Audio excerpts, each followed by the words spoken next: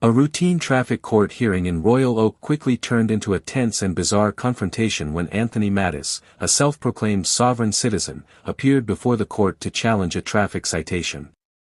Mattis had been accused of impeding traffic after allegedly running a red light in May 2024. Instead of responding directly to the charge, he repeatedly questioned the court's authority and refused to enter a proper plea. From the very beginning of the hearing, he insisted that he was appearing only as a living man, and not under the legal identity connected to his name. Throughout the courtroom exchange, Mattis used several common sovereign citizen arguments. He demanded that the court produce an injured party, and claimed the magistrate had no lawful jurisdiction over him. Despite the interruptions and unusual statements, Magistrate William Urick remained calm, professional, and patient. He repeatedly explained that traffic violations are civil infractions and do not require an injured victim for the case to proceed. The magistrate also clarified that the court's authority comes from state law and that the hearing would continue whether the defendant accepted it or not. As the hearing moved forward, the police officer involved in the incident gave sworn testimony describing how Mattis ran the red light and blocked traffic. When given the opportunity to respond, Mattis avoided addressing the actual facts of the case and instead continued arguing about legal definitions and personal sovereignty. His statements failed to challenge the officer's testimony or provide any evidence in his defense. After reviewing the testimony and the defendant's responses, the magistrate ruled that Mattis was responsible for the violation.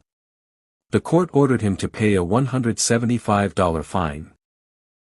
The hearing became another example of how sovereign citizen arguments often create dramatic courtroom moments but rarely succeed against established law and legal procedure. I don't plead to anybody but God. You may admit with an explanation, or you may deny responsibility, and the court will swear the parties and will take proofs. What would you have the court do for you today? I don't plead to anybody. Very well. Officer Moran and Mr. Mathis, please raise your right hands. I do have a question. Do you solemnly swear the testimony you shall give before this court shall be the truth, so help you God? I do. 9 p.m. I, Officer Moran, was in the area of East 11 Mile in Washington when I observed 2024 Ford Edge black in color with Michigan plate Edward John Lincoln 6501.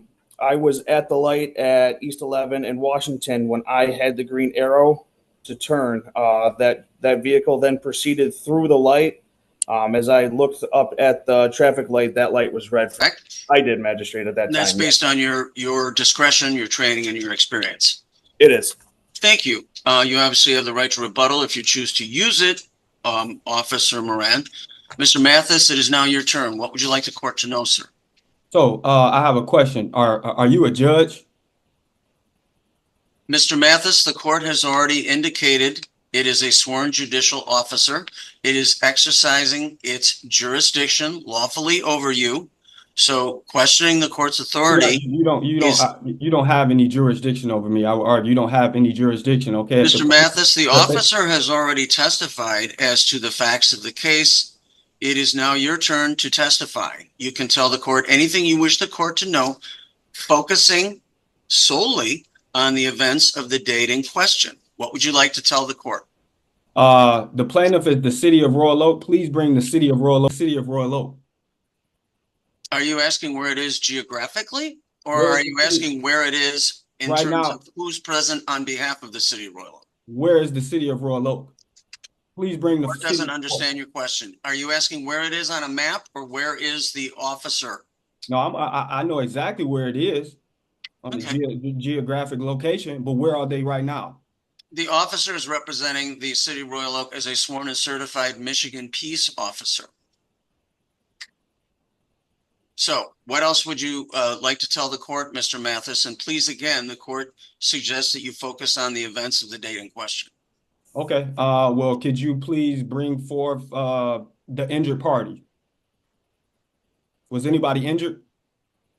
This is not a tort case, Mr. Mathis. It is a case written under the vehicle code of the city of Royal Oak as it is adopted. As I was traveling, the officer turned on the lights. No one was injured. So please bring forth the injured party. Based on the Constitution, the Sixth Amendment right, I have a right to face my accuser. If the plaintiff cannot come to court, then this shall be dismissed. Please bring forth the injured party. If you can't bring forth the injured party, then this needs to be dismissed now. Mr. Mathis, is there anything else you wish the court to know? You guys can't bring anyone forward as far as the injured party. No one was injured. You guys Mr. Mathis, I will ask you one more time. The officer is representing the city of Royal Oak. This is not a case alleging physical harm or breach of contract. Why are you trying to charge me? This is a civil case under the Motor Vehicle Code, as it was decriminalized in 1979. This is a civil matter. The burden of proof is a preponderance of the evidence. The officer has testified as to what he observed, and it is now your turn to testify as to what occurred. There is no requirement under the rules of procedure, civil, in this operation as of today, that requires a quote unquote injured party to be present. The officer has stated very clearly and fairly and plainly what he observed that day. So as to your testimony related to the date in question, is there anything else you would like the court to know? No, it isn't. If you guys can't bring any injured party, no one injured. You guys are. Officer Moran, any rebuttal testimony? No rebuttal testimony. Thank you so much. Mr. Mathis, the burden of proof in a civil case is a mere preponderance of the evidence. The officer, a duly sworn and served testimony forward. There is nothing in the record that has rebutted any of it. Therefore, the court is finding you responsible for the citation as it was written. The fine for that serves $175. That is payable through the pay portal on the 44th District Court website, or you may walk a cash check or charge into the 44th District Court. Please don't interrupt the court, sir. You may walk a cash check or charge into the 44th District Court at 400 East 11 Mile Road, Monday through Friday, between 8:30 and 4:30. That's due within 7 days, Mr. Mathis. If you take exception to the court's ruling, you may post a bond in the amount of $175 within 7 days, and the matter will be placed upon the formal hearing docket of the Chief Judge of the District, and at that time, the City of Royal Oak would be represented. A traffic court hearing in Royal Oak became tense when Anthony Mattis attempted to fight a citation using sovereign citizen arguments. Accused of impeding traffic after allegedly running a red light, Mattis refused to enter a normal plea and repeatedly questioned the court's authority. He claimed he was appearing only as a living man and demanded that an injured party be brought forward. Despite the interruptions, the magistrate remained calm and explained that traffic violations are civil infractions that do not require an injured victim.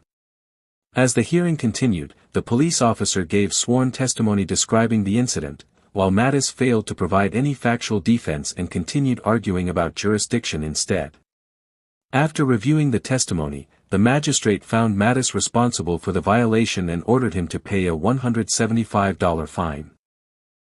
The hearing became another example of sovereign citizen arguments failing to hold up in court against established law and legal procedure.